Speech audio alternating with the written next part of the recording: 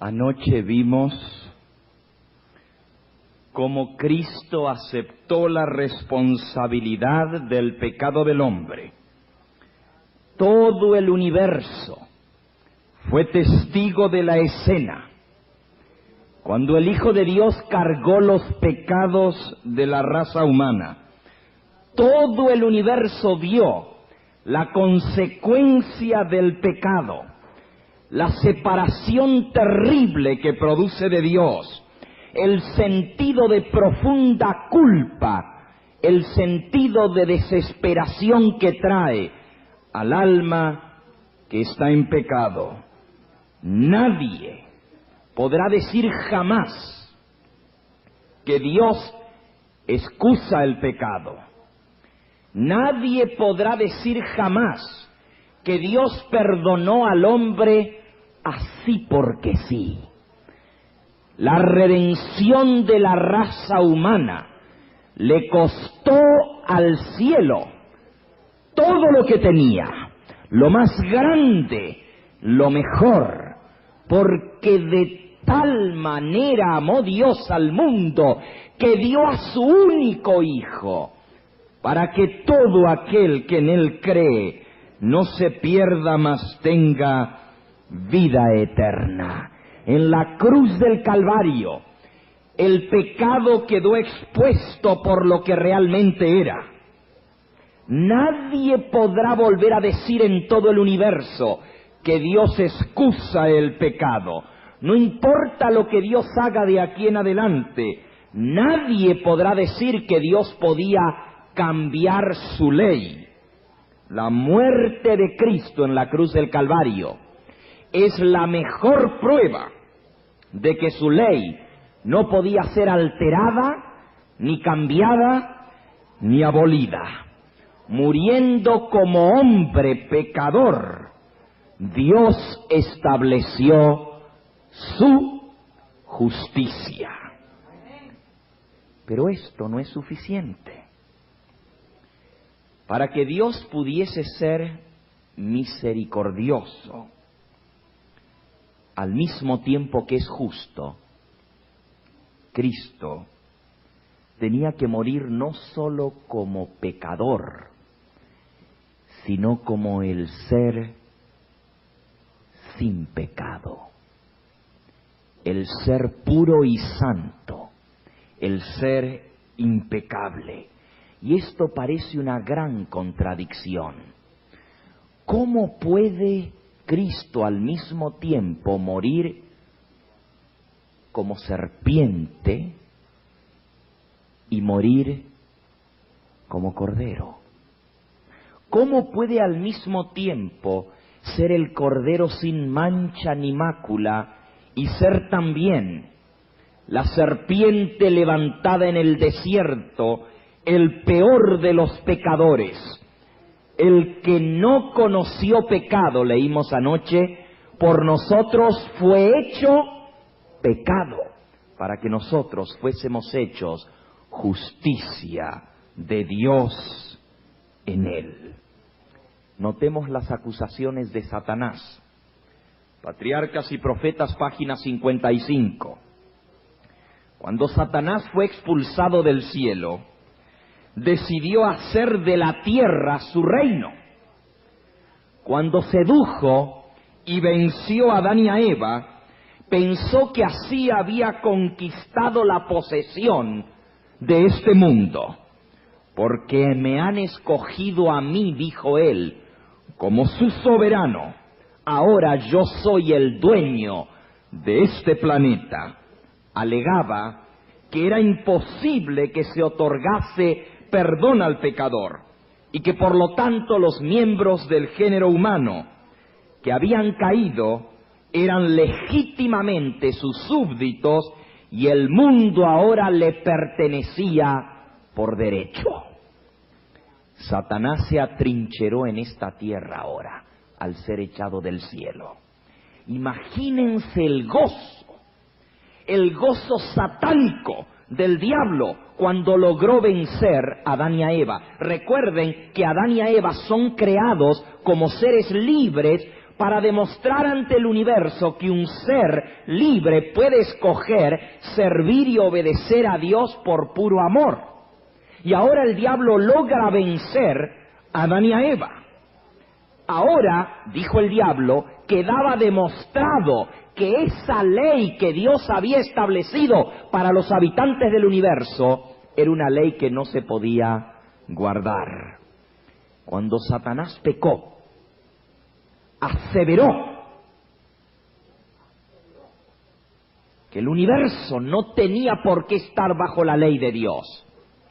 Aseveró que ningún ser creado tenía que estar sujeto a esa ley. Y ahora cuando Adán y Eva pecaron, yo me lo imagino al diablo bailando en una sola pata.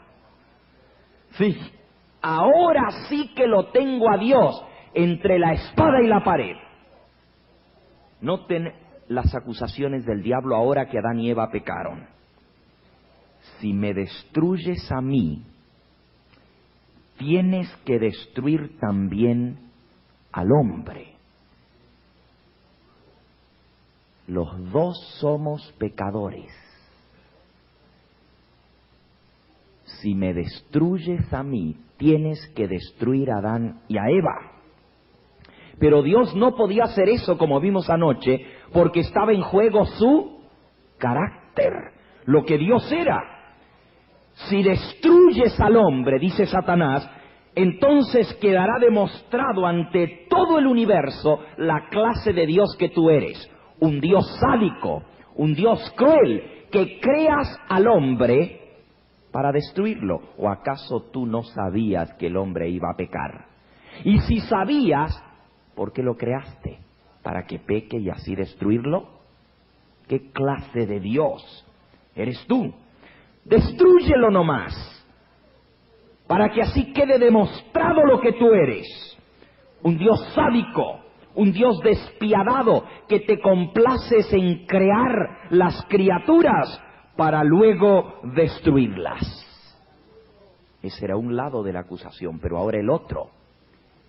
Pero si perdonas al hombre, también me tienes que perdonar a mí. Los dos somos parte del mismo paquete. Los dos pertenecemos al mismo reino de pecado. Ambos estamos en el mismo bote. Si lo salvas a él, me tienes que salvar a mí.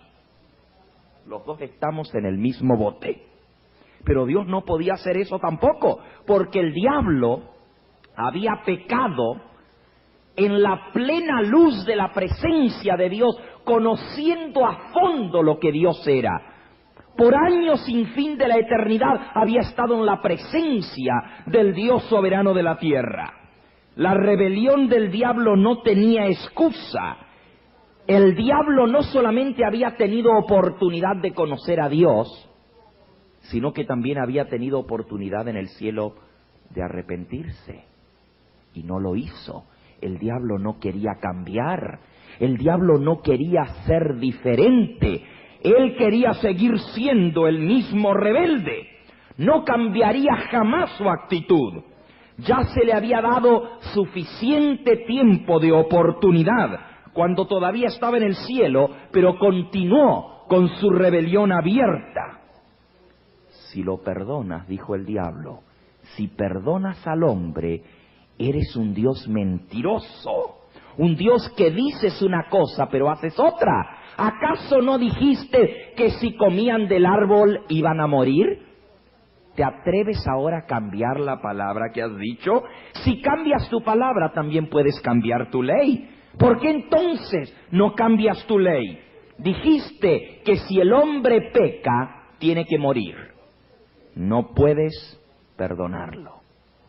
Noten ustedes que no importa lo que Dios hiciese, Satanás siempre lo acusaría.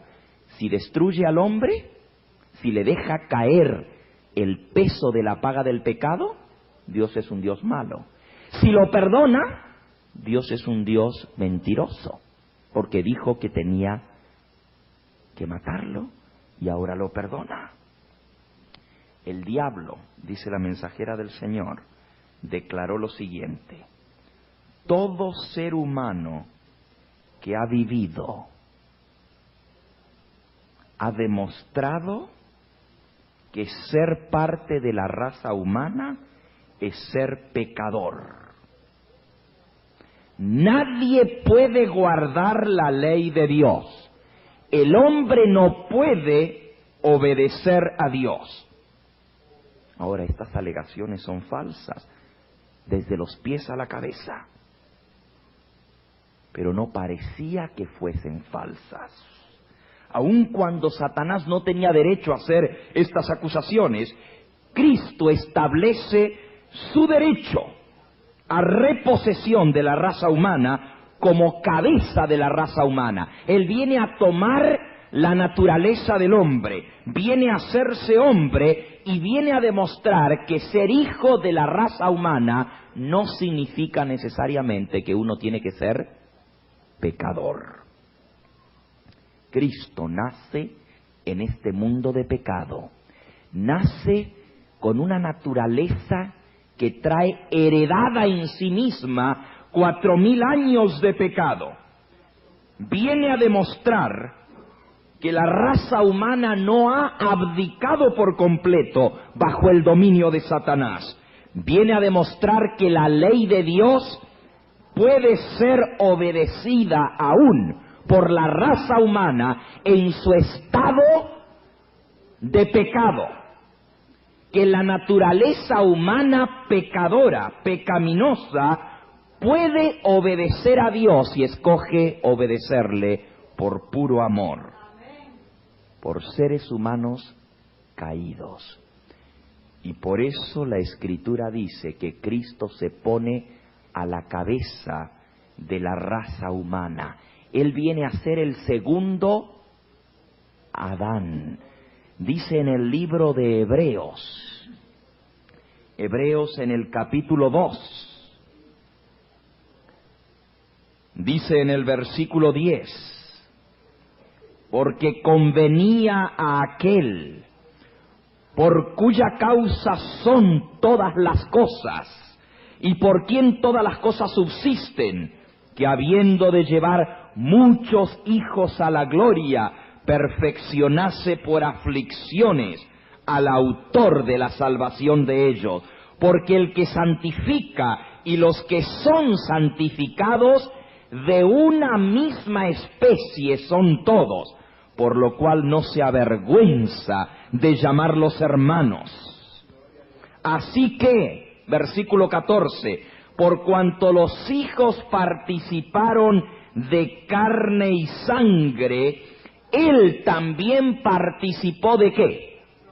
De lo mismo, para destruir por medio de la muerte al que tenía el imperio de la muerte, esto es al diablo, y para librar a todos los que por el temor de la muerte estaban durante toda la vida sujetos a servidumbre, porque ciertamente no vino a socorrer a los ángeles, sino que socorrió a la descendencia de Abraham, por lo cual debía ser en todo semejante a sus hermanos, para venir a ser misericordioso y fiel sumo sacerdote en lo que a Dios se refiere, para expiar los pecados del pueblo, pues en cuanto él mismo padeció siendo tentado, es poderoso para socorrer a todos los que son tentados. Tuvo que tomar la naturaleza del hombre, hacerse en todo semejante al hombre para poder usar de misericordia. Para ser justo, tenía que morir como pecador. Para ser misericordioso, tenía que vivir como hombre sin pecado. Para poder fortalecer a los que son tentados. Ahora, Cristo toma la cabeza de la raza humana. El creador de Adán, el único que podía asumir su responsabilidad, se adelanta para tomar su lugar. Vive en esta tierra tal cual como debiera vivir el hombre, dependiendo de Dios como debe depender el hombre, y así muestra ante todo el universo una vida de perfecta obediencia, una vida sin pecado. San Juan en el capítulo 14 dice que Jesús dijo estas palabras un poquito antes de su muerte, el último día, unas horas antes de ir a la cruz. San Juan 14, versículo 30 les dice: no hablaré ya mucho con vosotros, porque viene el príncipe de este mundo, y él nada tiene en mí. No había nada, absolutamente nada, que el diablo pudiese señalarle a Cristo como un pecado o una debilidad en su vida. Viene el príncipe de este mundo y nada tiene en mí. En Primera de Juan, en el capítulo 3 y el versículo 5 dice: y sabéis que Él apareció para quitar nuestros pecados, y no hay pecado en Él. Al que no conoció pecado, no hay pecado en Él. La Mensajera de Dios, en la revista Señales de los Tiempos del 30 de julio de 1896, dice lo siguiente: Cristo era el representante de la raza humana ante el cielo y la tierra. Vino a ser el nuevo Adán. Había de tomar el lugar del hombre como sustituto y garante. Viviría la vida del ser humano de tal manera que refutase la aseveración de Satanás, que la raza humana era su eterna posesión y que Dios no podía arrancar al hombre de las manos del adversario. Cristo vino a vivir como hombre y a demostrar que ser parte de la raza humana no significa que se es sujeto al diablo. Deseado, página 89. Cristo había venido para desmentir la pretensión de Satanás. Como hijo del hombre, Cristo iba a permanecer leal a Dios. Así se demostraría que Satanás no había obtenido por completo el dominio de la especie humana y que su pretensión al reino de este mundo era falsa. Todos los que deseasen liberación de su poder podrían ser libertados. El dominio que Adán había perdido por causa del pecado sería recuperado por el Hijo del Hombre. Él es el nuevo Adán, la nueva cabeza de la raza humana. Así como por uno entró el pecado en el mundo, por uno entra la redención de la raza humana. Por eso Cristo tiene que morir no solo como pecador, sino también como ser impecable. No hay pecado en Él. Cuando Jesús expiró en la cruz, el centurión, al ver cómo moría, golpeándose el pecho, dio testimonio y dijo: este verdaderamente era Hijo de Dios. Pilato se lavó las manos diciendo: no encuentro en él ningún delito. No sé de qué lo acusan, es inocente. Libre soy yo de la sangre de este justo. El mismo Pilato declaró que Jesús no tenía falta alguna, no era digno de muerte. A través de su sacrificio, Jesús destruye las aseveraciones de Satanás. En el conflicto, la página 557 dice: Lucifer había declarado que si la ley de Dios era inmutable y su penalidad irremisible, todo transgresor debía ser excluido para siempre de la gracia del Creador. ¿Se acuerdan las acusaciones? Yo soy pecador, ellos son pecadores, todos deben ser echados de la presencia de Dios. Él sostenía que la raza pecaminosa se encontraba fuera del alcance de la redención y era por consiguiente presa legítima suya. Pero la muerte de Cristo, sin pecado, fue un argumento irrefutable en favor de la raza humana. Aquí había un hijo de este planeta que no había pecado y había muerto en favor del pecador. Las demandas de Dios quedan así vindicadas. Su derecho original de posesión del hombre es vuelto a establecerse mediante el sacrificio de Cristo. Dice la mensajera del Señor: el mundo no reconoce que fue a un costo infinito que Cristo compró la redención de la raza humana. No reconocen que por derecho de creación y por derecho de redención tiene derecho legítimo sobre cada ser humano. Como redentor de la raza caída, le ha sido dado el título de propiedad de todo el planeta.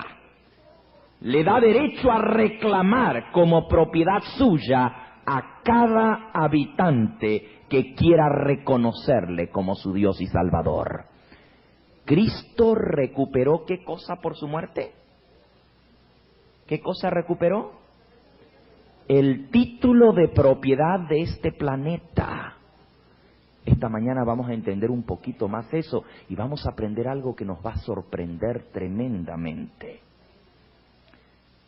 Testimonios, tomo 3, página 372. Jesús pagó un precio infinito para redimir al mundo y la raza humana le fue entregada en sus manos. Así pasaron a ser propiedad suya. Hermanos, ¿a cuántos reconcilió la muerte de Cristo? ¿A cuántos? A toda la raza humana. Léanlo, por favor, porque hay muchos que predican que Cristo solo murió por los que se van a salvar, que el sacrificio de Él fue solamente para aquellos que le aceptan. Pero la Biblia declara en 2 de Corintios, en el capítulo 5, 2 de Corintios capítulo 5, dice en el versículo 18 y 19, y todo esto proviene de Dios, quien nos reconcilió consigo mismo a través de Cristo y nos encargó el ministerio de la reconciliación, que Dios estaba en Cristo reconciliando consigo ¿a quién? Al mundo. ¿A quién reconcilió Dios a través de Cristo?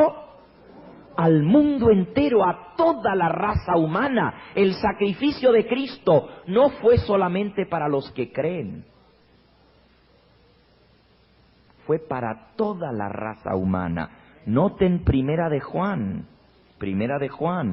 en el capítulo 2 y en el versículo 2 dice: y Él es la propiciación por nuestros pecados, y no solamente por los nuestros, sino también por los de todo el mundo. ¿Por cuántos murió Cristo?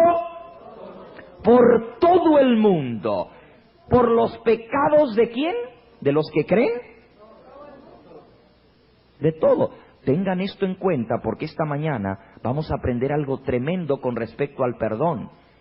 Y algunos hasta se van a sorprender de lo que van a escuchar aquí. Pero aquí dice que Cristo fue propiciación, no solo por los pecados nuestros, sino por los de todo el mundo, hermanos. Nosotros no creemos en una salvación limitada tan solo para los predestinados para ser salvos. Creemos que por la muerte de Cristo toda la raza humana ha sido reconciliada con Dios. Él tiene el título de propiedad de este planeta otra vez. Toda la raza humana ha sido comprada con la sangre de Cristo. Primera de Timoteo capítulo 4 y versículo 10 declara que por esto mismo trabajamos y sufrimos oprobios, porque esperamos en el Dios viviente, que es el Salvador de todos los hombres, por supuesto mayormente de los que creen. ¿De cuántos es Cristo el Salvador? De todos los hombres, claro. Es mayormente Salvador de los que creen, porque Él han aceptado como Salvador. Pero Él no es solamente Salvador de los que creen, sino que Él es Salvador de la raza humana. El planeta Tierra está en favor con Dios. Ya no es un planeta rebelde, ya no es la ovejita negra del universo, ya no es el puntito negro. Desde que Cristo redimió a la raza humana, estamos en favor con Dios. Dios dejó de sonreír sobre su Hijo para poder sonreír sobre nosotros. Las tinieblas cubrieron la cruz para que la luz pudiese brillar desde la cruz. Toda la raza humana ha sido reconciliada con Dios. Como pecador, al morir como el peor de los pecadores, Cristo dejó establecida la justicia.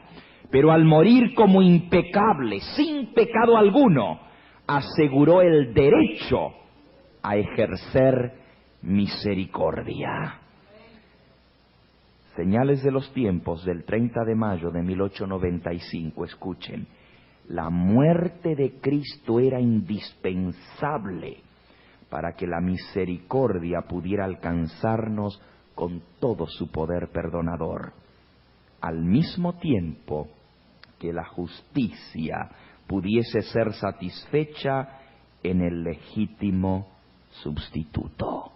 Por la muerte de Cristo, Dios demostró que era 100% justo y 100% misericordioso. Podía ejercer misericordia y perdonar a toda la raza humana, porque la deuda estaba pagada. La justicia había...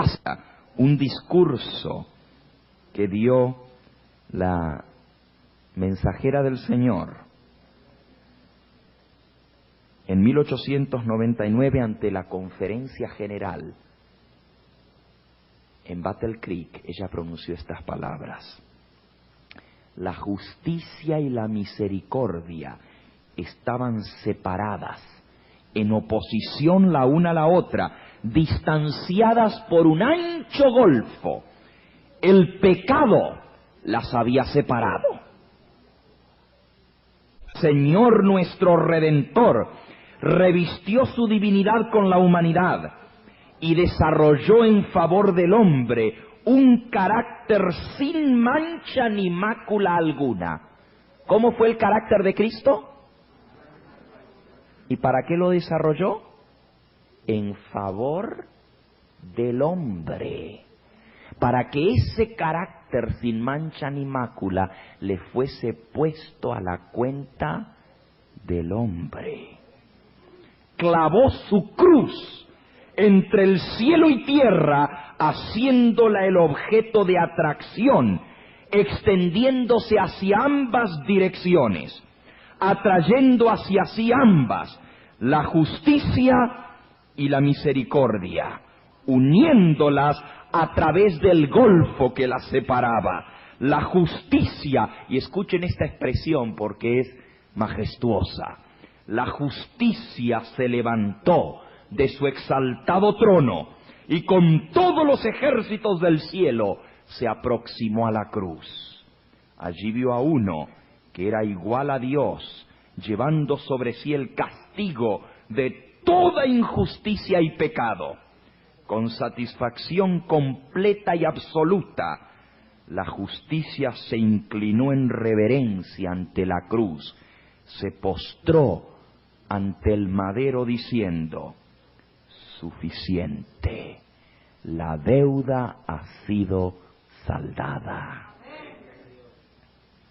Por eso el salmista declara estas palabras en el Salmo 85, versículo 10.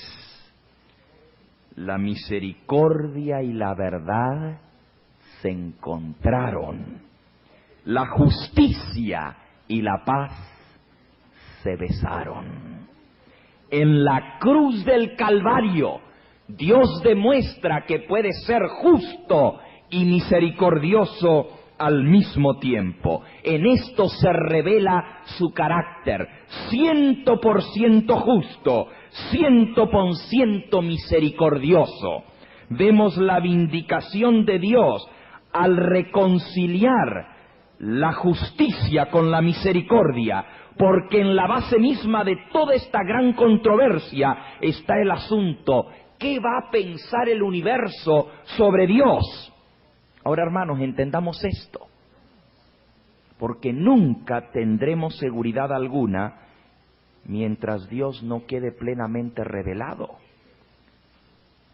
Pero me dices, ¿y qué tiene que ver todo esto con la seguridad de mi salvación? Todo esto es un cuadro maravilloso del amor, de la justicia, de la misericordia, pero ¿qué tiene que ver esto conmigo y mi propia salvación? ¿Qué acerca de la seguridad de mi salvación? Déjame resumirte lo que vimos hasta ahora. La cuestión es que la salvación fue un asunto que fue resuelto por Dios y para Dios, o sea, para beneficio de Dios mismo, mucho antes de que nosotros entrásemos en escena. Fue conseguida la salvación, garantizada y asegurada, no solo para nosotros, sino que el asunto es mucho más profundo que esto. Era parte de la revelación de Dios, era parte de la vindicación de su carácter ante todo el universo. Por eso dice el apóstol San Pablo en 1 Corintios 4:9, hemos llegado a ser espectáculo al mundo y a los ángeles. Lo que está pasando en este planeta Tierra es una revelación de Dios para todo el universo. Los entes celestiales observan este laboratorio aquí en la Tierra, ven lo que es el desarrollo del pecado, pero también en este planeta Tierra se demostró lo que es el carácter amoroso del Padre y del Hijo. En la cruz del Calvario se demostró quién era Dios. Y escuchen esto, la salvación es algo que fue logrado en forma independiente de respuesta alguna de parte del hombre. Es algo que quedó resuelto y establecido para siempre en la misma naturaleza de Dios. Y tú insistes, ¿pero qué tiene de importante esto con mi propia seguridad de la salvación? Simplemente, puesto de la manera más sencilla, es esto: que la salvación se logró sin obra alguna del ser humano. En lo que la salvación se refiere, fue conseguida sin que el hombre participase en absoluto en ella. No sé si llegas a captar lo que estoy tratando de decir. Tú y yo, mis buenas obras, mis malas obras, no tuvieron nada que ver en la manera como se logró la salvación. En otras palabras, las obras no entran en juego, ni obras buenas ni obras malas, para ganar o para perder la salvación. La salvación fue obtenida para el planeta Tierra.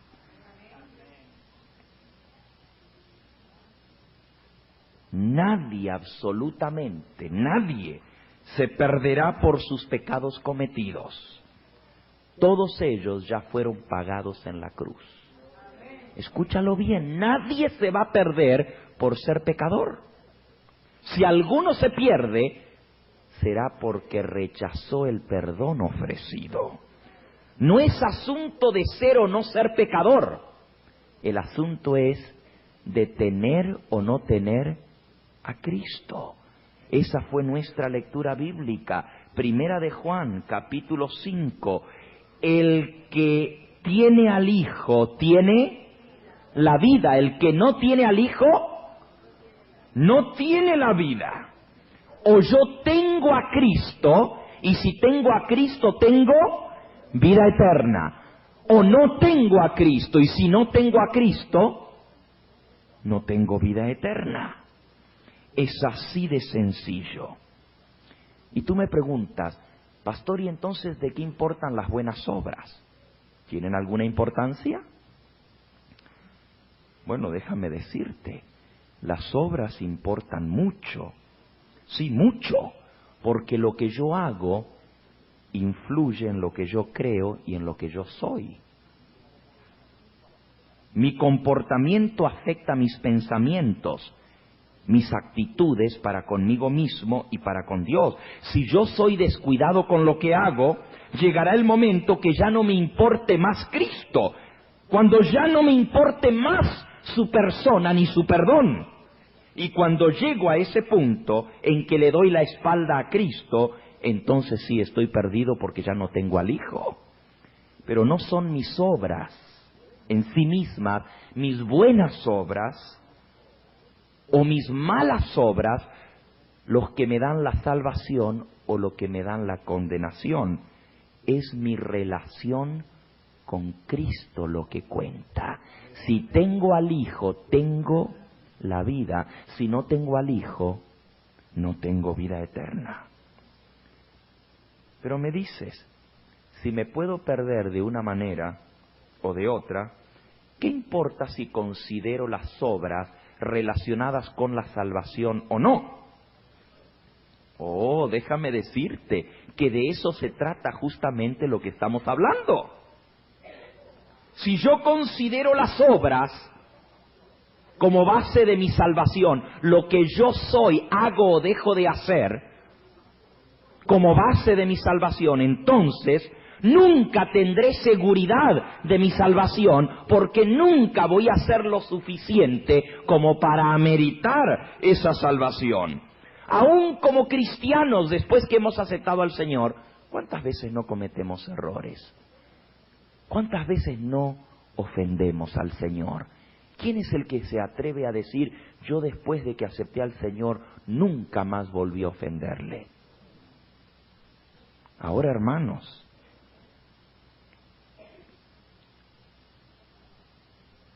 si la salvación es algo que Cristo logró por mí, esos errores, escúchalo bien, esos errores no determinan que yo me salve o me pierda. Lo que lo determina es si yo estoy en Cristo o no estoy en Él. Y vamos a explorar este asunto de inmediato. Mi preocupación no debe ser si yo hago esto o aquello, sino si mis acciones me están separando de Cristo, porque llegará el momento cuando si yo sigo pecando contra Él, ya no querré más tener a Jesús. Ahora escucha, una de las grandes tentaciones que el pueblo de Dios enfrentará en estos últimos días es la tentación de la inseguridad, como Cristo la tuvo en la cruz, como vimos anoche. Mira lo que dice la sierva de Dios, que el diablo nos va a atacar justamente con esto. Dice ella, No nos dejemos engañar por sus maquinaciones. Con demasiada frecuencia logra que muchos, realmente concienzudos y deseosos de vivir para Dios, se detengan en sus propios defectos y debilidades, y separándolos así de Cristo espera obtener la victoria. ¿Qué hace el diablo? Que gente sincera, que está buscando servir a Dios de corazón, se detengan en sus imperfecciones y sus propios defectos y debilidades, para así hacerles quitar la vista de Cristo. Y una vez que les hace quitar la vista de Cristo, entonces logra la victoria. No debemos hacer de nuestro yo el centro de nuestros pensamientos, ni alimentar ansiedad ni temor acerca de si seremos salvos o no. Todo esto desvía el alma de la fuente de nuestra fortaleza. Encomendemos a Dios la custodia de nuestra alma y confiemos en Él. Desterremos toda duda, disipemos nuestros temores, reposemos en Dios, que Él es poderoso para guardar nuestro depósito para aquel día.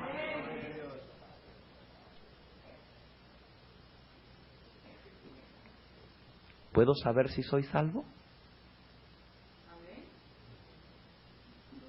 Reposemos en Dios, que Él es poderoso. No debemos tener dudas con respecto a si seremos salvos o no. Si tenemos a Cristo, tenemos vida eterna.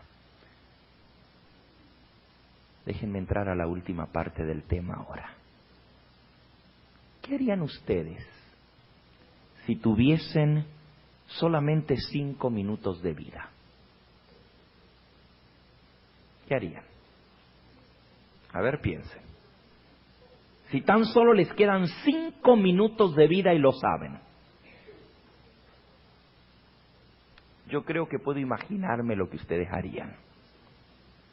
Si son buenos adventistas, seguramente aprovecharían esos 5 minutos para confesar todos sus pecados. Quizás 2 minutos y medio lo dedicarían a eso. Y los otros 2 minutos y medio se la pasarían suplicándole a Dios que le diese más tiempo. Pues 5 minutos no alcanzan para nada, no son suficientes. Ninguno quisiera encontrarse con la muerte sin haber confesado todos sus pecados a Dios. Cuando pensamos de esta manera, estamos presuponiendo 2 cosas. Número 1, presuponemos que entre un acto pecaminoso y la confesión de este pecado estamos perdidos. ¿Sí o no? Un joven anoche me hizo la pregunta: pastor, si yo salgo de aquí y voy y cometo un pecado y tengo un accidente y me mato y no alcancé a confesar mi pecado, ¿estoy perdido?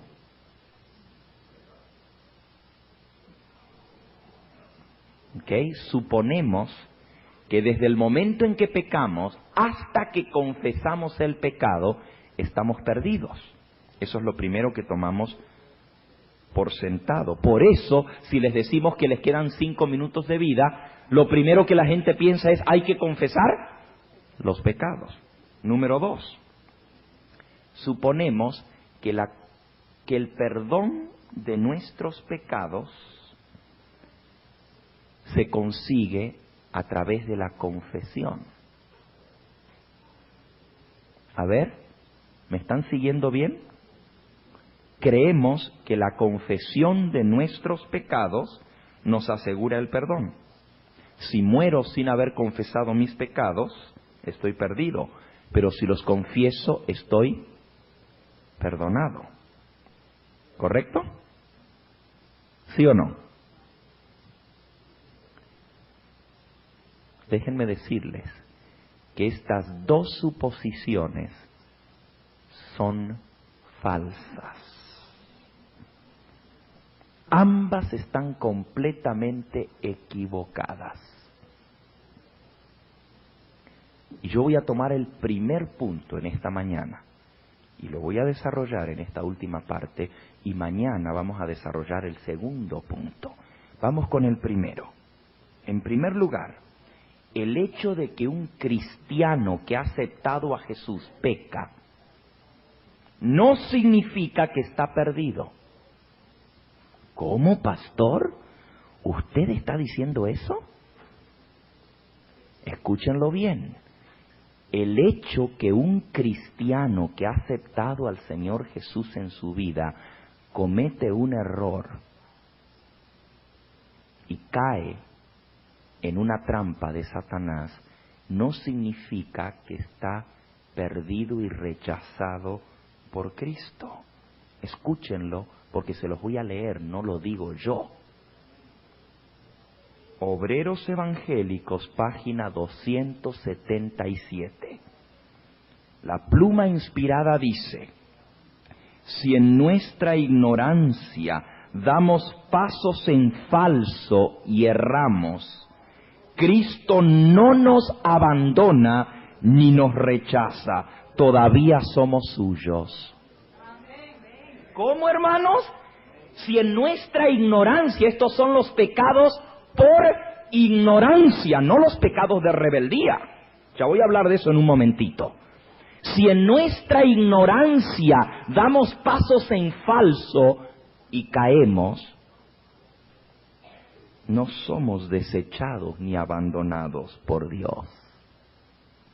Todavía somos suyos.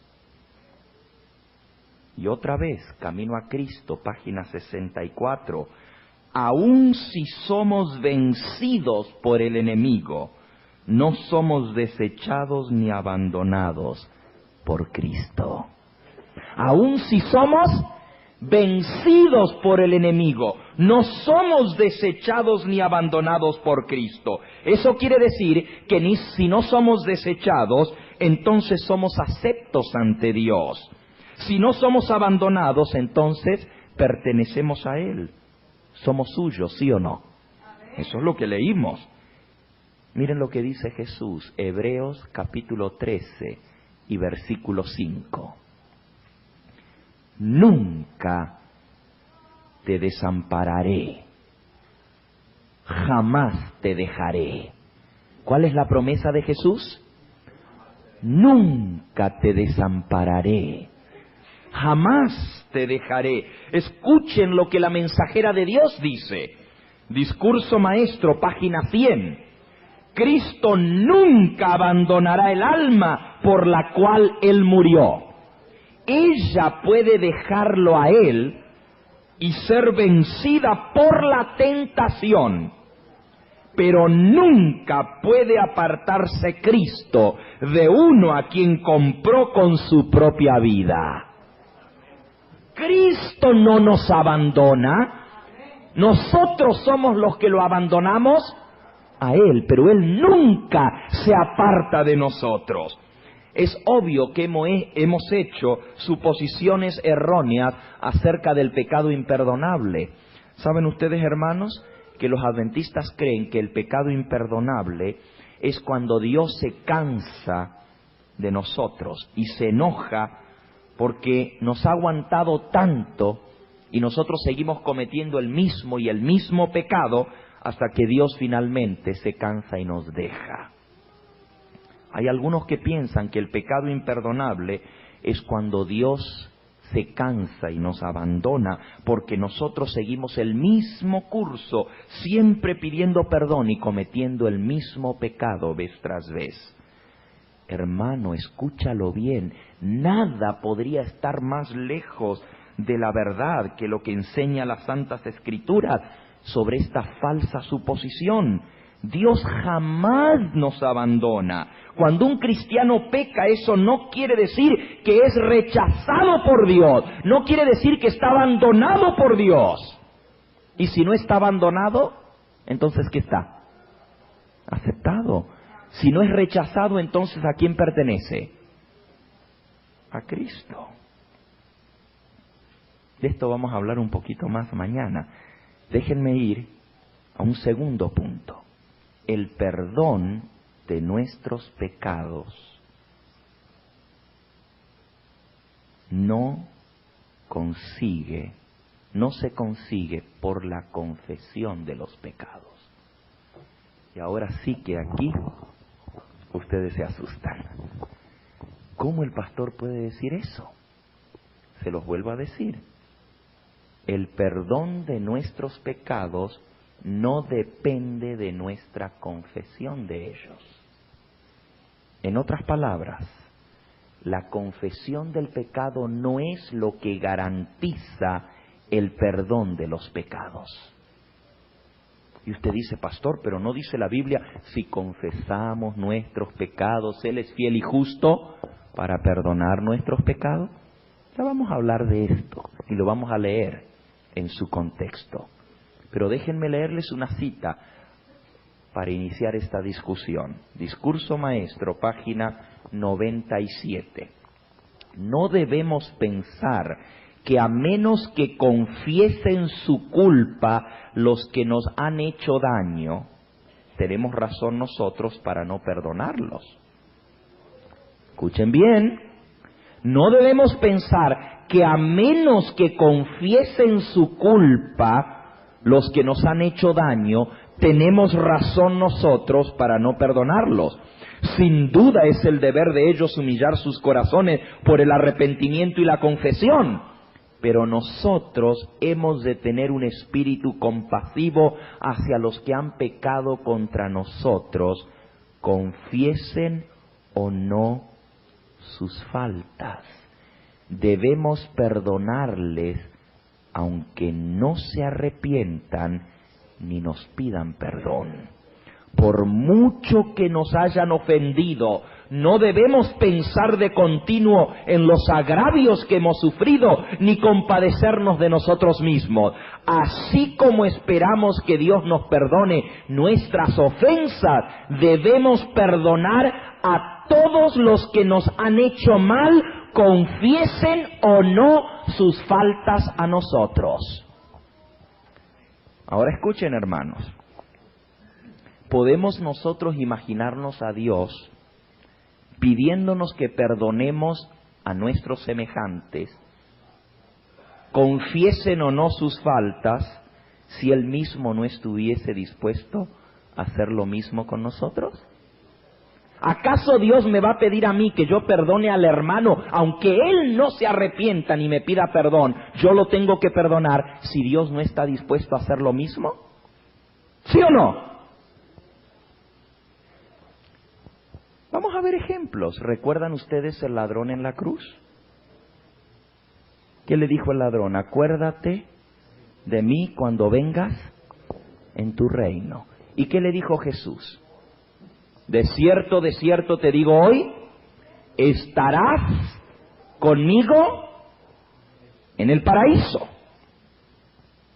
¿Qué pecados confesó el ladrón en la cruz? ¿Está la lista? Dice el pastor, no tuvo tiempo. Yo estoy de acuerdo. Seguramente si hubiese tenido tiempo, si hubiese vivido más, hubiese confesado todos sus pecados. Pero el caso es que no vivió más tiempo. Y sin embargo, Jesús le prometió que iba a ser salvo. No hay registro alguno en la Biblia de que haya confesado sus pecados. Y sin embargo, fue perdonado y estará en el paraíso. ¿Y qué del hijo pródigo? Se había aprendido de memoria la confesión. ¿Se acuerdan de la parábola? Dijo, me levantaré, iré a mi padre y le diré, Padre, he pecado contra el cielo y contra ti, ya no soy digno de ser llamado tu hijo. Y se repitió de memoria la confesión hasta que se la aprendió. Y en la parábola, hermanos, vemos que el joven regresa a su hogar. Y yo descubro en esa parábola una de las interrupciones más hermosas de toda la Biblia. El padre sale a su encuentro, le echa sus brazos al cuello y no lo deja terminar la confesión.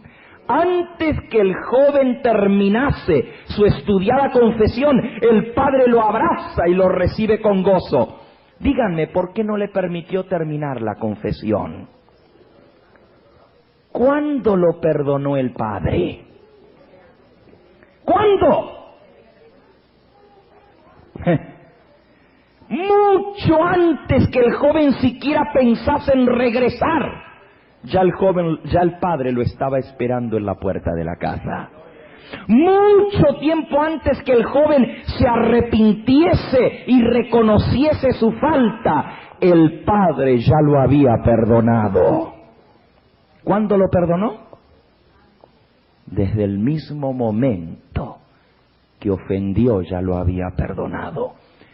Estos dos casos y muchos otros que hay en la Biblia me llevan a mí a pensar y a concluir que el perdón no está basado y no depende de nuestra confesión del pecado. Ahora, no se adelanten a decir que el pastor Gambetta no cree que debemos confesar los pecados. Ese va a ser el tema del martes por la noche, la confesión del pecado. Pero por ahora sepan que no es la confesión del pecado lo que me consigue el perdón. Yo creo que debemos reestudiar este asunto de lo que es el perdón y comprender también para qué es la confesión. Yo tengo una cita aquí, se las voy a leer mañana domingo, donde la hermana White dice que hay algunos que creen que la confesión les gana el perdón de los pecados, y ella dice que esto es una blasfemia para con Dios. Aquí la tengo. Hay personas que creen que la confesión les gana el perdón, que Dios los perdona porque ellos confiesan, y esto es un insulto para con Dios. Es salvación por obras, exactamente. Pero déjenme terminar esta mañana el punto del perdón de los pecados. Y yo voy a decir 3 cosas esta mañana que quiero que se les queden grabadas. Si se acuerdan de estas 3 cosas, pasaron el sermón. Número 1, el perdón. 3 cosas sobre el perdón. Número 1, el perdón ya fue provisto por Cristo sin que nosotros lo hayamos pedido o hayamos hecho nada para conseguirlo. Escuchen bien, el perdón fue provisto por Cristo sin que yo tenga nada que ver con eso. Es muy fácil pensar que nuestras oraciones son la base por la cual somos perdonados. Pero el perdón de nuestros pecados no está basado en nuestras oraciones. El perdón de los pecados se basa en la oración de Cristo. Cuando Él oró en la cruz, Padre, perdónalos porque no saben lo que hacen. ¿Por quién estaba orando Jesús? ¿Tan solo por los que le estaban horadando las manos y los pies? ¿Por quién estaba orando Jesús? Escuchen, deseado, página 694, la oración de Cristo por sus enemigos. Padre, perdónalos porque no saben lo que hacen. Lucas 23:34, abarcaba al mundo entero, abarcaba a todo pecador que hubiera vivido desde el principio del mundo o fuese a vivir hasta el fin del tiempo. En esa oración estaba incluido yo y estabas incluido tú. ¿Por quién oró Jesús, Padre, perdónalos? Por todo pecador que jamás hubiese vivido en este planeta. Ahora, sean sinceros, ¿creen ustedes que el Padre contestó esa oración o no la contestó? Cuando Cristo dijo, Padre, perdónalos, el Padre dijo, bueno, vamos a ver, si se arrepienten los perdono, pero si no, no los perdono. ¿Así dijo el Padre? ¿Qué fue lo que dijo Cristo en la oración? Padre, perdónalos porque no saben lo que hacen. ¿Se acuerdan el texto de Romanos 5:10 que leímos anoche? En esto se mostró el amor de Dios, que siendo aún pecadores, Cristo murió por nosotros. Si siendo enemigos fuimos reconciliados. Cuando éramos, ¿qué? ¿Fuimos reconciliados? Déjenme decirles, y estas son las buenas nuevas de la salvación, la oración de Cristo para que perdonase a todos los pecadores fue contestada, y el Calvario es la prueba de ello. Si mis pecados son perdonados hoy en día, es como respuesta a esa oración. Esa oración me incluye a mí, te incluye a ti también. Ahora, el hecho de que esa petición de Cristo haya sido contestada no quiere decir que toda la humanidad va a aceptar el perdón ofrecido. Pero eso no le resta al hecho de que la petición fue concedida. Toda la raza humana está perdonada. Permíteme decírtelo una vez más y ojalá que se te grabe en tu mente. El perdón no depende, no está basado en nuestras oraciones, está basado en la oración de Cristo al Padre.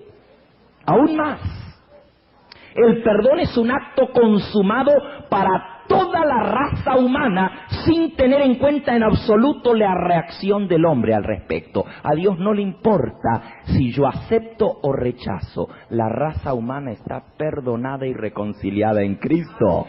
¿No lo leímos hace un momento? 2 de Corintios capítulo 5 y versículo 20, que Dios estaba en Cristo reconciliando consigo al mundo, no tomándoles en cuenta a los hombres sus pecados. ¡Gloria a Dios!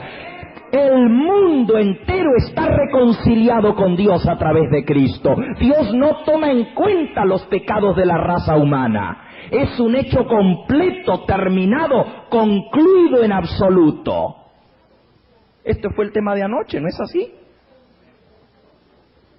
La reconciliación, concluimos, se efectuó independientemente de respuesta alguna de nuestra parte. Aún más, vimos anoche que este era un asunto que envolvía a Dios, y Dios lo resolvió por sí mismo como parte de la vindicación de su carácter ante el universo. El perdón de los pecados y la reconciliación de Dios con el hombre fueron hechas no solo en favor del hombre, sino también para vindicar el carácter de Dios frente a las acusaciones de Satanás, para vindicar y revelar el verdadero carácter de Dios. Cuando Dios resolvió perdonar a la raza humana, lo hizo para demostrar su carácter de misericordia. ¿Qué dice el apóstol? Mas Dios muestra su amor para con nosotros en que siendo aún pecadores, Cristo murió por nosotros. Si siendo aún enemigos fuimos reconciliados con Dios por la muerte de su Hijo, ¿siendo qué? Enemigos. Lo repito por última vez, el perdón no tiene nada que ver con lo que yo hago en mis oraciones hoy en día, en mis confesiones y en mis penitencias actuales. Escúchalo bien, porque hay muchos que no entienden esto y están ofendiendo a Dios, pensando que son sus confesiones los que le ganan el perdón. No pensemos que Dios nos perdona por el simple hecho que yo le pido perdón.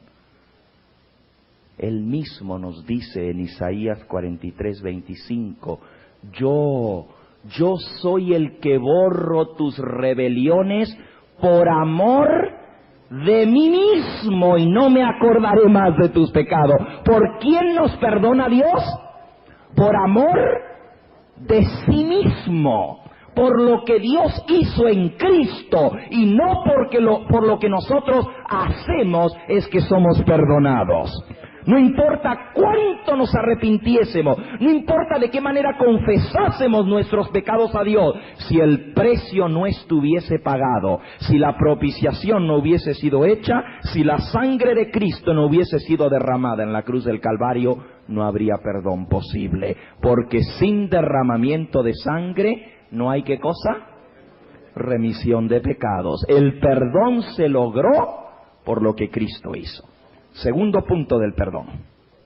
Segundo punto. Y este lo vas a entender más fácil que el primero. El perdón debe ser aceptado individualmente antes que produzca mi salvación. Repito.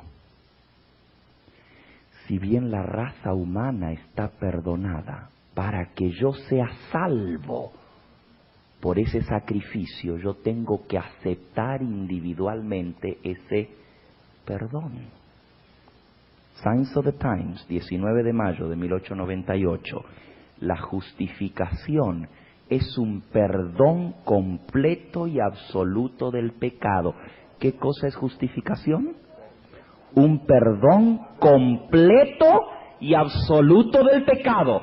En el momento en que el pecador acepta el sacrificio de Cristo por la fe, en ese mismo momento es perdonado. La justicia de Cristo le es imputada y no debe dudar ni un momento más de la gracia perdonadora de Dios. Debe saberse perdonado. En el momento en que yo acepto, en ese mismo momento soy perdonado. No nos olvidemos, sin embargo, que no es la aceptación del perdón lo que lo hace posible. El perdón fue consumado y hecho posible totalmente aparte de nuestro esfuerzo, independiente de nuestro pedido, sin tener en cuenta reacción alguna de nuestra parte hacia el perdón. Fue provisto hace 19 siglos, casi 20 siglos atrás. Pero para que ese perdón tenga eficacia en mi vida, yo tengo que aceptarlo. ¿Saben por qué? Porque la libertad de conciencia es de suma importancia en los planes de Dios. Anoche hablamos acerca de este libre albedrío que Dios le dio al hombre. Nadie puede obligarnos a aceptar el perdón. ¿Entienden esto? ¿Que hay el libre albedrío de por medio? Díganme una cosa, ¿es Dios todopoderoso, sí o no? ¿Es todopoderoso? ¿Hay algo que Dios no pueda hacer? ¿Hay algo que Dios no pueda hacer? Sí, Señor, sí hay algo que Dios no puede hacer.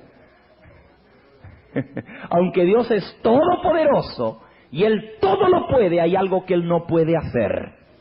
Y eso es salvar una sola alma que no quiera ser salva. Es increíble esto, pero es cierto. Con todo el poder que Dios tiene, Él no puede salvar una sola alma que no quiera ser salva. Dios no salva a nadie por la fuerza. Dios no salva a nadie en contra de su voluntad. Dios no puede salvar a nadie que no quiera ser salvo. Aun cuando ya estamos perdonados, aun cuando ya estamos reconciliados con Dios, tenemos que aceptar ese hecho personalmente si hemos de salvarnos a través de ello. Este segundo punto lo entendemos bien, ¿verdad? Ok. Vamos al tercero, el último. Y este sí está un poquito más difícil de entender. ¿Se acuerdan del primero? 3 cosas que dijimos del perdón, les dije que se las tenían que acordar. El primero es que el perdón fue provisto por Dios sin que yo tenga nada que ver en eso. ¿Estamos de acuerdo, verdad? Fue conseguido hace 2000 años atrás. Yo no gano el perdón. El perdón lo hizo posible Cristo. Punto número 2. El perdón, para que efectúe mi salvación, tiene que ser aceptado individualmente. Este segundo punto es fácil de aceptar, pero ahora el tercero sí está duro. Yo estoy seguro que cuando yo diga esto, ustedes no van a poder creerlo. Escúchenlo bien. Tercer punto sobre el perdón de los pecados. El perdón, una vez que ha sido aceptado, llega a ser un estado permanente en el cristiano. Es decir, una vez que yo he aceptado el perdón que Dios ofrece, estoy siempre perdonado. Aun antes de que confiese mi falta, aun antes de que venga Dios en oración pidiendo perdón, ya estoy perdonado. Ahora esto es algo bien difícil de entender. No es que sea difícil, sino que nosotros estamos acostumbrados de otra manera. Y este punto es tan importante que le voy a dedicar todo el sermón que sigue. Mañana por la noche, allá en la iglesia hispanoamericana, voy a desarrollar a fondo este punto, que el perdón llega a ser un estado y que yo vivo perdonado, y que una persona puede cometer una falta y puede morirse sin haber confesado esa falta, y eso no quiere decir que se perdió. ¿Cómo, pastor? ¿Cómo, pastor? ¿Usted está seguro de lo que está diciendo? Yo voy a calificar lo que he dicho mañana, pero les voy a demostrar por la palabra de Dios que esto es así. Porque una vez que Cristo ha sido aceptado, que yo soy un hijo del Padre Celestial, el Padre me perdona desde el mismo momento en que yo cometo la falta. Aún antes que yo me dé cuenta de que he cometido una falta, Él ya me ha perdonado. ¿No lo crees así? Estoy en estado de perdón desde que acepto a Cristo Jesús. Un joven que vivía en una pequeña ciudad, bajo los efectos del alcohol, en medio de un juego de naipes, perdió el juicio y tomando el revólver disparó contra su mejor amigo, causándole la muerte. Fue apresado, juzgado, declarado culpable y sentenciado a la pena capital, la muerte en la silla eléctrica. Había matado alevosamente, a sangre fría, sin razón alguna, al padre de 3 hijos.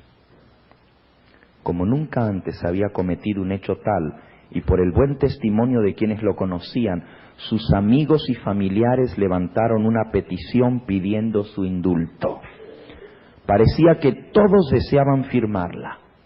Aún la esposa del amigo muerto, la viuda, firmó la petición reconociendo que fue un hecho sin intención lamentable.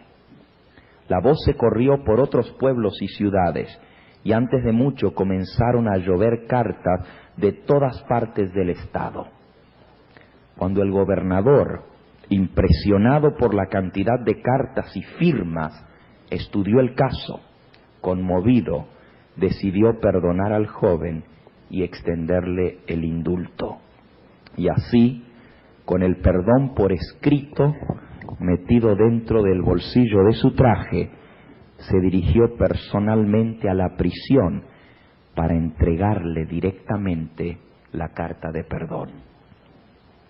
Al acercarse a la celda en la sección de los que esperan la pena capital, el joven de nuestra historia lo vio venir y, confundiéndolo por su apariencia, el gobernador venía vestido con un traje negro y corbata, confundiéndolo por su apariencia con un ministro religioso o un pastor, gritó: «Váyase, no quiero verlo, ya tuve bastante religión en mi casa».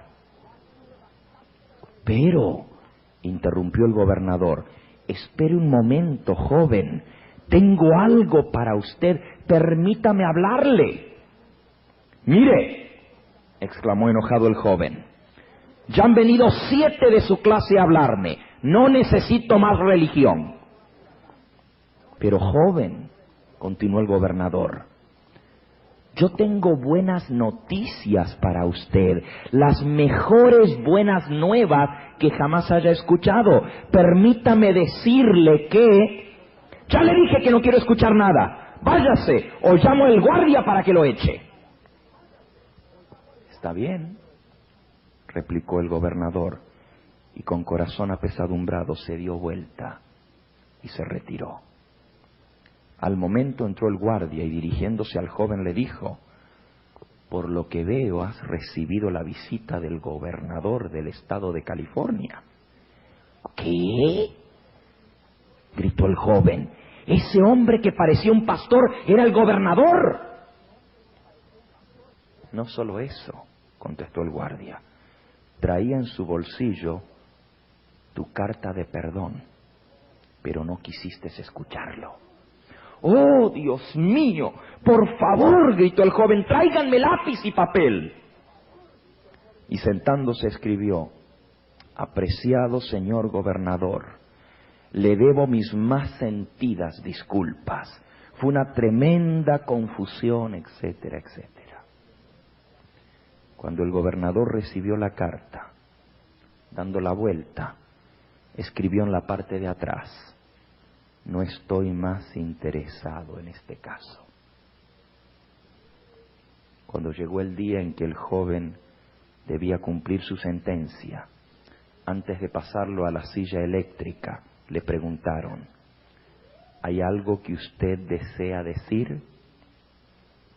«Sí», respondió el joven, «quiero decirles a todos mis amigos y seres queridos». En el patio que está al lado de la prisión se había reunido una muchedumbre de gente, no solo su familia, sino muchos, porque el caso había tenido gran notoriedad. «Quiero decirle a todos los ciudadanos de este estado y del país que hoy no muero por mi crimen, no muero por ser un asesino. De eso fui perdonado. El gobernador me perdonó. Podría vivir y ser libre. Si muero hoy», continuó, «es porque no quise aceptar el perdón». Esto se publicó en el Arlington Times el 26 de agosto de 1955. Amigo que me escuchas, apreciado hermano y hermana, nadie, absolutamente nadie se perderá por los pecados que haya cometido. De esos pecados ya hemos sido perdonados. Si alguno se pierde, será porque no quiso aceptar el perdón que ha sido provisto. Jesús mismo escribió la carta de indulto y la firmó con su propia sangre. Todo habitante de este planeta ha sido perdonado, y la prueba está en esa carta de indulto que Cristo firmó con su propia sangre. Nadie en el día del juicio, si alguno de los que están sentados aquí en esta mañana, escúchenlo bien, si algunos de los que estamos aquí hoy nos toca quemarnos en el día del juicio y la perdición de los impíos, nadie va a poder decir que fue porque no sabía. Nadie podrá decir que se está quemando por ser ladrón, por ser mentiroso, por ser chismoso, por ser adúltero, por ser estafador, por ser fraudulento. Nadie se va a perder por ningún pecado que haya cometido. Si alguno de los que estamos aquí nos quemamos en el día del juicio, será porque rechazamos el perdón que Cristo nos ofrece. De todos nuestros pecados ya hemos sido perdonados. Lo único que necesitas decir es: creo, acepto, quiero ser perdonado, Señor. ¿Se lo dirás en esta hora?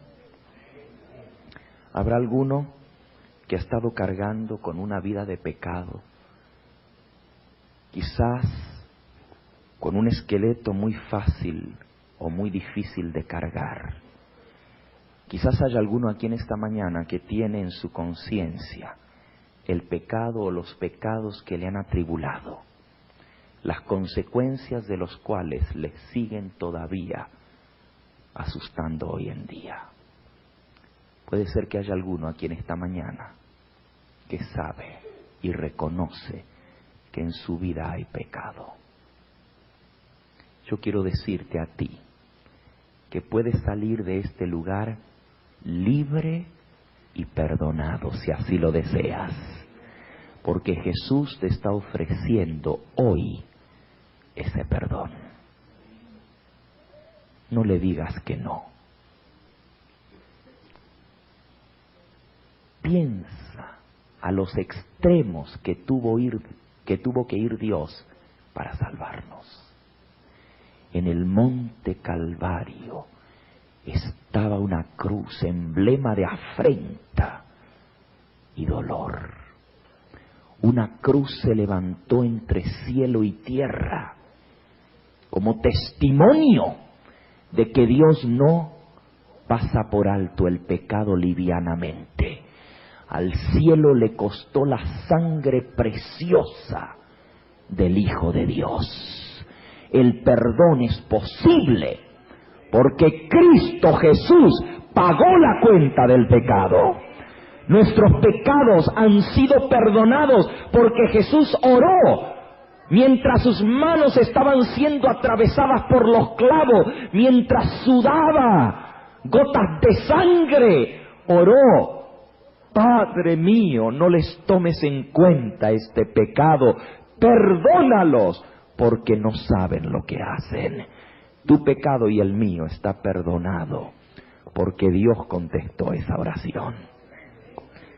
Si tú y yo nos perdemos, será simplemente porque no quisimos aceptar el perdón que Jesús nos ofrece.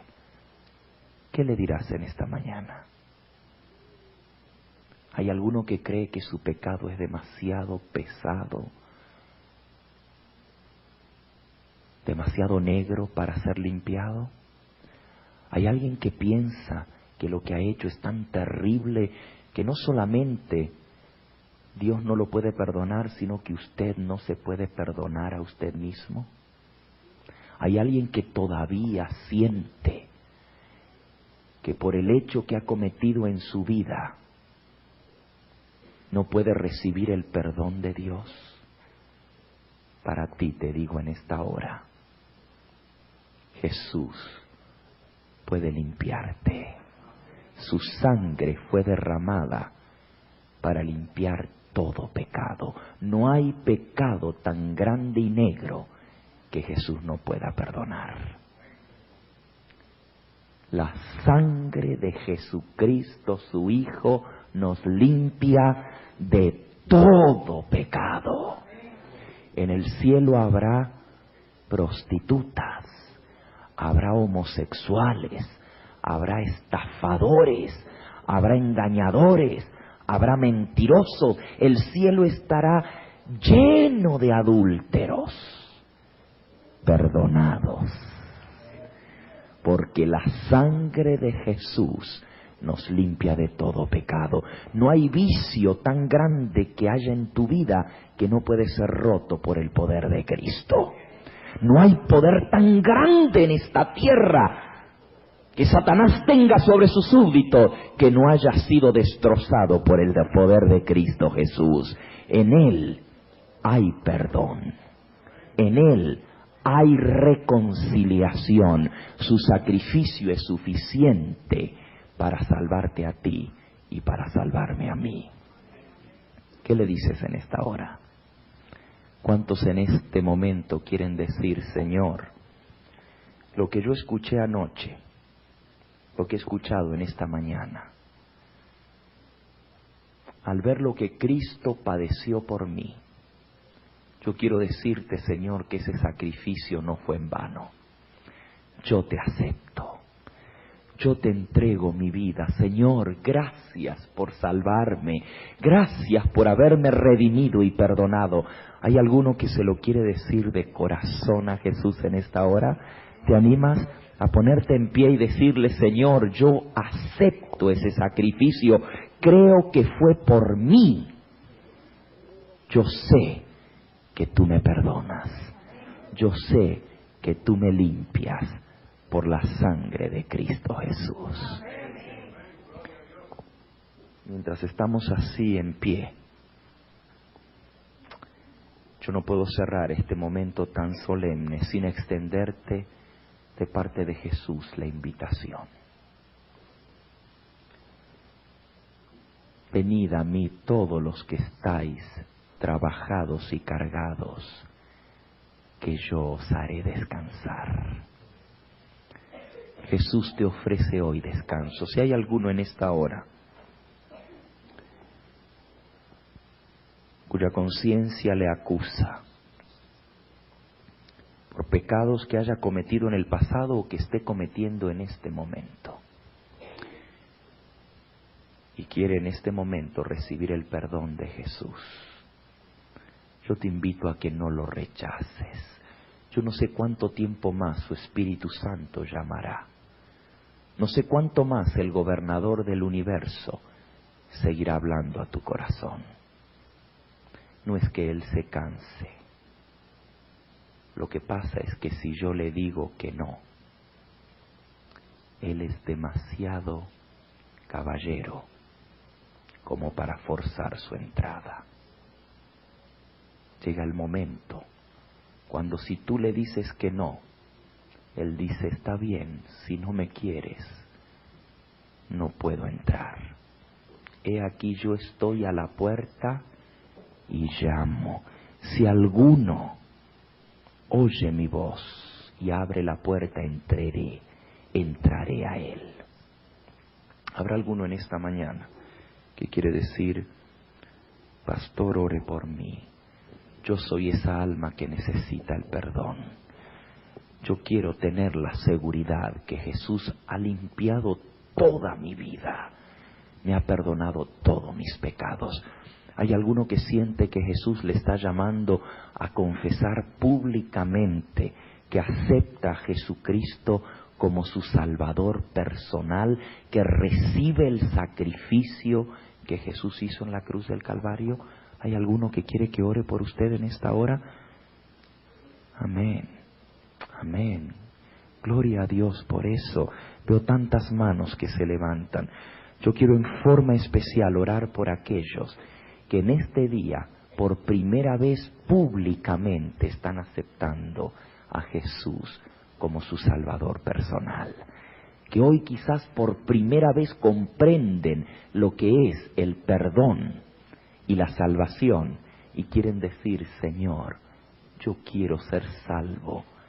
Sálvame, Señor, porque yo te acepto. De los que levantaron su mano y aceptaron hoy por primera vez al Señor Jesús, acérquense aquí adelante para orar por ustedes en forma especial. Vengan, acérquense aquí adelante.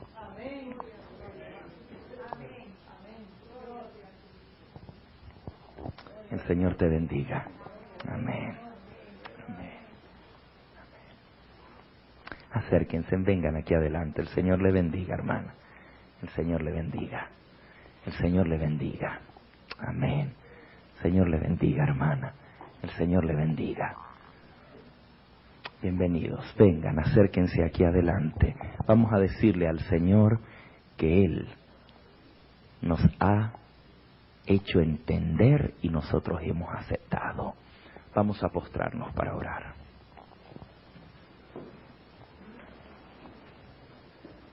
Santísimo Padre y Dios, glorificado sea tu nombre en esta hora.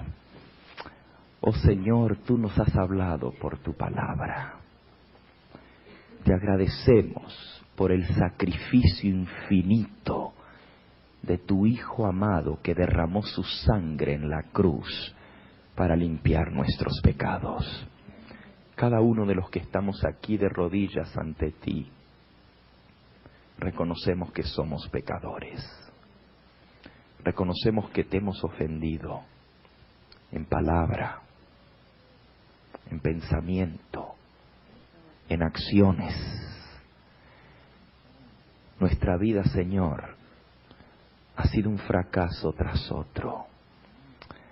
Señor, humildemente te suplicamos que tú limpies nuestro corazón de todo pecado. Te decimos que creemos, que aceptamos el sacrificio de Jesús. Queremos decirte que no ha sido en vano, Señor. Tú moriste por nosotros y tu sangre es suficiente para limpiarnos. En esta hora te confesamos nuestros pecados. Señor, tú los conoces. No los confesamos porque creamos que la confesión es la que nos gana el perdón. Los confesamos porque sabemos que te hemos ofendido, Señor. Entendemos que tú es el que nos llamaste, que tú saliste a nuestro encuentro y abriste tus brazos para recibirnos. Mucho antes que nosotros hubiésemos aceptado este sacrificio, ya tú nos habías perdonado. Gracias, Señor, porque tu Espíritu Santo nos dio ahora el arrepentimiento y puso en nuestro corazón el valor para confesarte públicamente. Bendice a los que han pasado aquí adelante. Permite, Señor, que al regresar a sus asientos y a sus hogares puedan ir libres de la carga de pecado. Que nunca más vuelvan a dudar de tu perdón. Que nunca más vuelvan a dudar de que tú los has aceptado y los has recibido como hijos tuyos. Bendice a cada persona aquí que tomó la decisión por Cristo Jesús. Todo esto te lo agradecemos en el nombre precioso de tu amado Hijo, el Señor Jesucristo. Amén, Señor. Amén.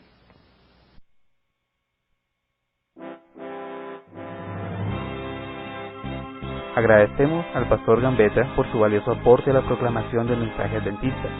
Visite su página en internet www.elevangelioeterno.com. La grabación de este tema en formato digital es un servicio del Ministerio Evangelio Eterno.